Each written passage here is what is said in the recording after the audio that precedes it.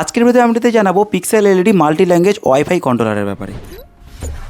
বিকাশ electronics. আসলে এর আগেও আমি pixel LED multi language WiFi কন্ট্রোলারের ব্যাপারে বলেছি, কিন্তু এটা হচ্ছে 40 পোর্ট। অনেকের লোড ক্যাপাসিটি বেশি লাগার জন্য এটা আমরা বের করেছি। এখানে দেখুন 40 পোর্ট রয়েছে, এখানে পজিটিভ নেগেটিভের পয়েন্ট রয়েছে, আর আপনি এই কন্ট্রোলারটি দিয়ে নাম চালাতে পারবেন, প্লাস ডিজাইনও চলবে। এখান থেকে আপনি ভালো ভালো ডিজাইন চালাতে পারবেন এবং যতবার খুশি আপনি নাম খুব সহজেই চেঞ্জ করতে পারবেন। এই কন্ট্রোলারটি দিয়ে কিন্তু আপনি 80টা পর্যন্ত চেঞ্জ চালাতে পারবেন। আমি যদি বলি কিভাবে, এখানে দেখুন 50টার অপশান রয়েছে, একটা পোর্টে আপনার 50টা এলইডি চলে। তো একটা চেনে 50টা করে এলইডি থাকে। আপনি যদি তার পেছনে আরো একটা চেন লাগান, তাহলে দেখুন এখানে 100টা করে দিলে 100টা হয়ে যাচ্ছে। তো আপনি 100টা করতে পারবেন। অর্থাৎ আমি যদি বলি আপনার একটা চেনে যদি 100টা পর্যন্ত এলইডি থাকে, তাহলে আপনি এটাকেও চালাতে পারবেন এই সুইচটাকে প্রেস করে। আপনার যদি 50টা এলইডি থাকে একটা চেনে, তাহলে আপনি 50টাও চালাতে পারবেন। তাহলে আপনি 2000 প্লাস 2000 4000 পর্যন্ত এলইডি আপনি এই কন্ট্রোলারটা দিয়ে চালাতে পারছেন। এই কন্ট্রোলারটির মধ্যে এখানে কানেকশন ডিজাইন রয়েছে, এখানে রয়েছে কিউআর কোড। এই কিউআর কোডটি স্ক্যান করে কিন্তু আপনি অ্যাপ্লিকেশনটাকে ইনস্টল করতে পারবেন, এবং এই যে অ্যাপ্লিকেশনটি ইনস্টল করার পর কিন্তু আপনাকে ওয়াইফাই